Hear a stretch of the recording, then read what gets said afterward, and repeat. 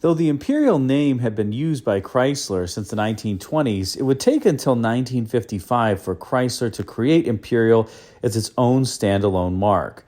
In fact, prior to the 1955 model year Imperial introduction, Chrysler actually sent letters to existing owners of Imperial stating that the new Imperial was going to be its own standalone make. And thus you can kind of call the 1955 Imperial the inaugural Imperial. Imperial would last as its own make until 1975, then it would be briefly revived from 1981 to 1983 with the kind of humpback Imperial. But the early years of the Imperials are some of the most interesting. We're going to talk today about the 1960 Imperial, one crazy Chrysler. And while the 1955 Imperial would be the inaugural year for Imperial as a mark, it really was the 1957 Imperial that would start differentiating the Imperial pretty significantly from the Chryslers in the lineup. Take a look as an example at this 1955 Chrysler and compare it to the 1955 Imperial that we just saw. You can tell there's a lot of sheet metal reuse and a lot of overall similarity. But by 1957, this Imperial was effectively all new and had significantly different sheet metal from the Chrysler of the time. In fact, every bit of sheet metal was unique to Imperial for 1957, including the roofs, as well as the curved side glass. This was the first American car to have curved side glass, the 1957 Imperial. The fenders, the front grille, the hood, the quarters, the deck lid, the roof, everything was unique on the 1957 Imperial to Imperial. I do love the front end, by the way, and those eyebrows above the headlamps, as well as the grille that mimic the wings of the Imperial Eagle that is on the front of the hood. Of course, 1957 would also see Chrysler introduce some cars with some pretty tall fins, the so-called Forwardlook Chryslers, and Imperial had to have fins as well. Out back, you can see here the quarters forming very large fins canted outward, unlike Cadillac's fins, which were always perfectly vertical during this time frame. This particular Imperial also has the optional so-called flight sweep, or colloquially known as the toilet bowl deck lid. Overall, Imperials for 1957 were quite successful. There were about 36,000 that were sold in 1957, more than triple the 1956 model year. It actually convinced Chrysler that it would make sense for Imperial to have its own assembly plant. It had never had its own assembly plant before, and so Chrysler chose to retrofit the historic DeSoto engine and body plant in Dearborn, Michigan on West Warren Avenue and convert it to an Imperial-only facility, and it would begin producing vehicles for 1959. In fact, this plant on West Warren Avenue in Dearborn had been built in 1925, and Chrysler had acquired it from Graham Page, the Graham Page Motor Company, the famous producers of the so-called shark nose vehicles. But Chrysler had procured this plant in 1946, and it really hadn't produced full vehicles in a long time. As I mentioned, it was a DeSoto engine and body plant. Well, so it had to be converted, and with a lot of expense, to be able to produce an entire vehicle. The facility was over 1 million square feet, employed about 2,000 employees, and amazingly, it only had a capacity of about 52,000 units a year because it was only producing less than 30 cars per hour. But beginning with that 1959 model year, the Imperials started rolling out of Chrysler's Warren Avenue plant.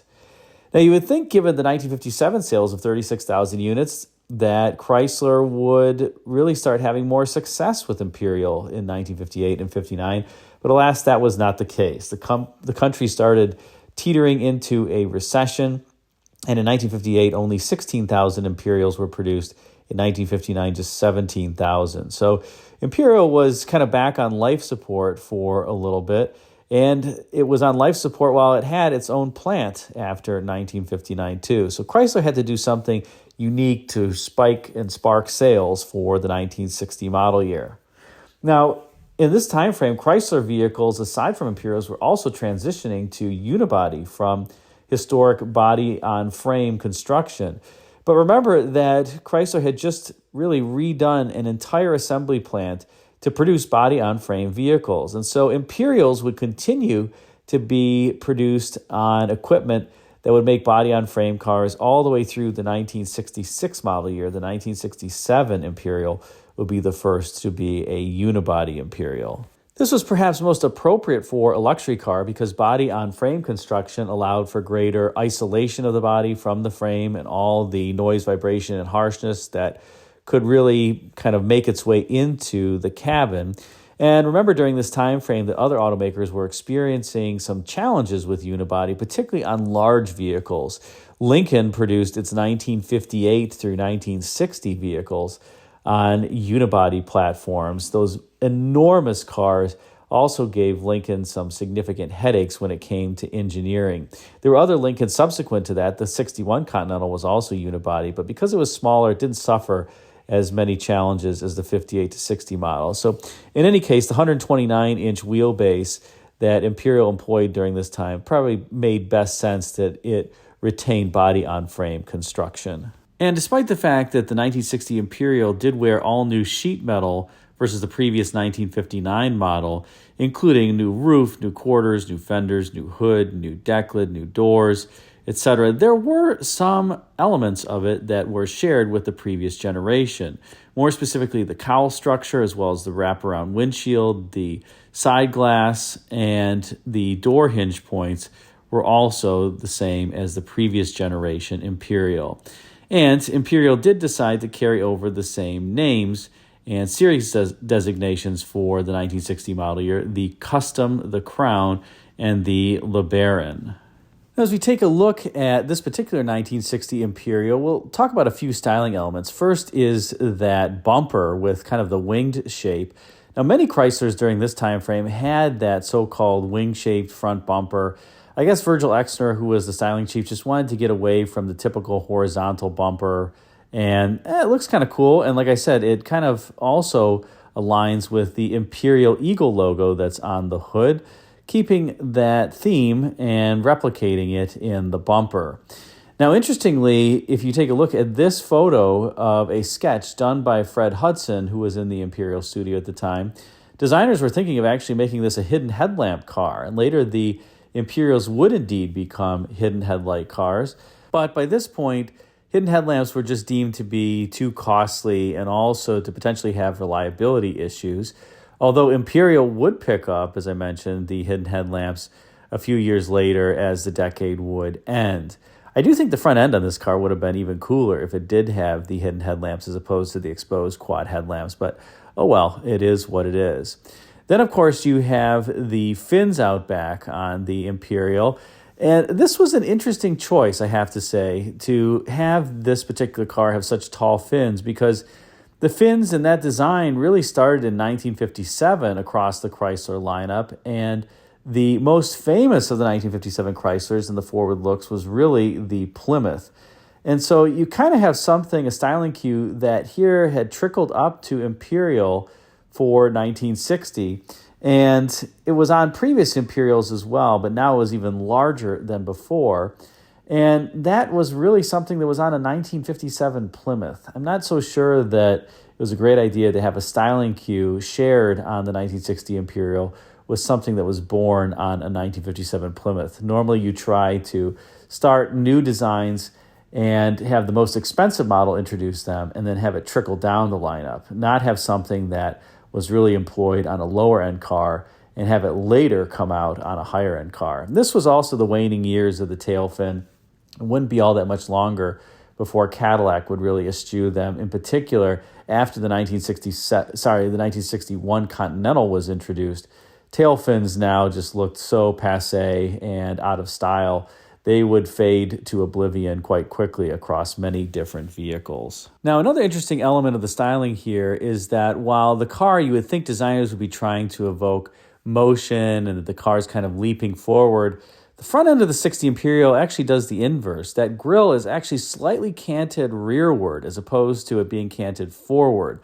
Imagine if instead of this particular front end that the grille were tilted forward, the hood was pulled out a little bit, the bumper inset a little bit more. I think the car would have had a little bit more gesture than it does as is now. Right now, it kind of looks like it's leaning back and has a little bit of an overbite, but oh well. I still think that this 1960 Imperial looks cool. And I love the script on the driver's side there that says Imperial. Unfortunately, Chrysler decided for whatever reason to eschew a styling cue that really had been with Imperial when it was introduced as its own mark in 1955, that kind of egg crate ice cube tray grill. Not sure why Chrysler decided to let go of that, but they did. And here clearly the grill has a completely different, more linear texture than it did when the Imperial came out in 1955 as its standalone model. Now, as we transition to the rear of the vehicle, this is kind of the crazy angle, I think, overall, and also pretty sinister when the car is painted in black like you see here. Notice that the shoulder that is formed between the window glass and the top of the door kind of continues on rearward of the car and then forms the top of the quarter panel. You also have this very steeply sloping deck lid and that little piece of trim. It looks like it skidded all the way down the deck lid, making that crease in the middle of it before it stopped just ahead of the deck lid and the block lettering Imperial underneath it. You also have the rear bumper that has a similar form, although less dramatic and a little bit more muted than the front bumper. It looks pretty similar there with the wings and the V shape. I also, of course, love the tail lamps on this 1960 Imperial, and they look like they're little rocket tail lamps. This was still the jet age, of course, and then because this is a LeBaron model, you have that Frenched-in backlight, the relatively small limousine-like backlight, and a very hefty C-pillar as a consequence, a huge C-pillar, but still just a gorgeous look in the waning years of Virgil Exner's styling.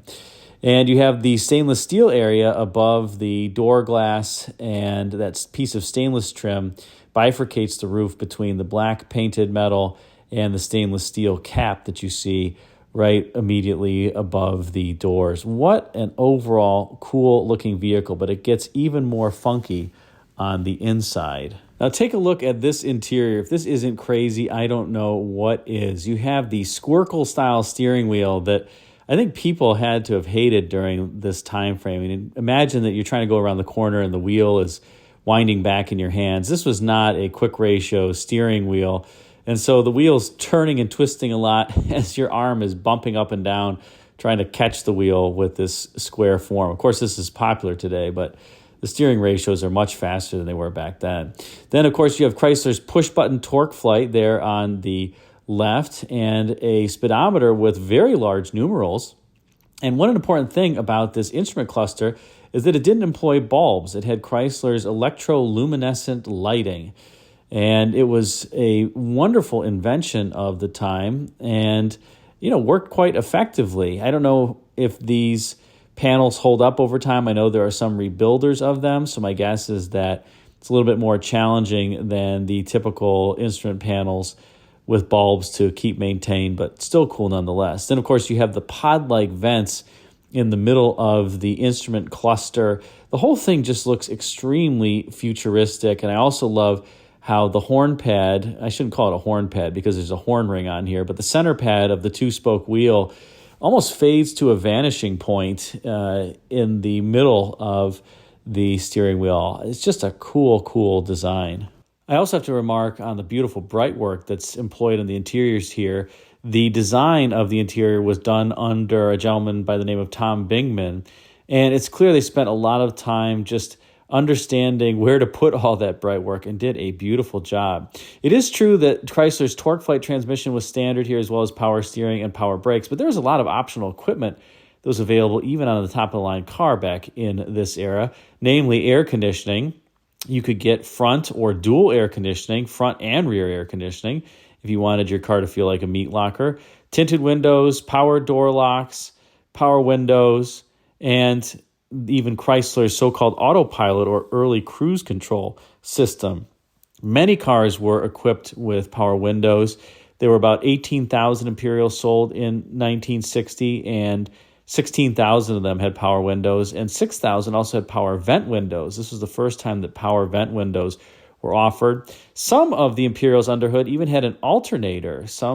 This was a very unique piece of content for the time. Remember, most cars had generators during this time frame, but Chrysler was a pioneer in introducing the alternator, a more efficient way of charging the vehicle's battery. And strangely enough, alternators were first introduced on the Valiant. Notice I said not the Plymouth Valiant. It was known at first as the Valiant. But they became standard equipment on all Chryslers beginning in 1961, the first domestic auto company to do so.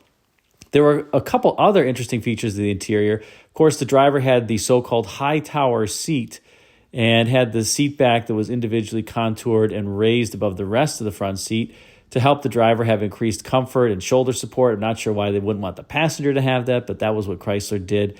And the cars had swiveling outboard front seats as well. Those were first introduced in 1959. That was an option, and there were about 4,500 people who elected to procure that option on their Imperial. Underhood in the 1960 Imperial was Chrysler's Wedge 413 cubic inch V8, making 350 gross horsepower. It was relatively powerful. Remember, this is motivating a large car for the time frame. It was the only engine that was available. As I mentioned previously, it came standard with the Torque Flight automatic, a very smooth, very reliable powertrain, and one that did motivate this car and gave it a little bit of get up and go, especially, like I said, given its size. Now, when all was said and done, unfortunately, the 1960 Imperial didn't see a huge spike in sales despite its all-new styling. There were a total of about 18,000 produced, 17,719 to be specific. Of that, 7,786 were custom models, 8,226 were crown models, and just 1,691 were LeBaron models. There were 16 Crown Imperial limousines produced. Now, part of this was probably the fact that the U.S. was recovering from the late 50s era recession, but also Imperial never really got off the ground. The sales in 1961, 2, 3, etc. were not that great either, never topping 15,000 units in the 1961 to 63 timeframe. So maybe that was a function of the styling revisions that were made for 1961, which are even more bizarre. But some of it also was probably just the price and the competition that these vehicles faced. A custom model started at about $5,000, a Crown model about $5,600, a LeBaron about $6,300. So these were very, very expensive cars for the time frame.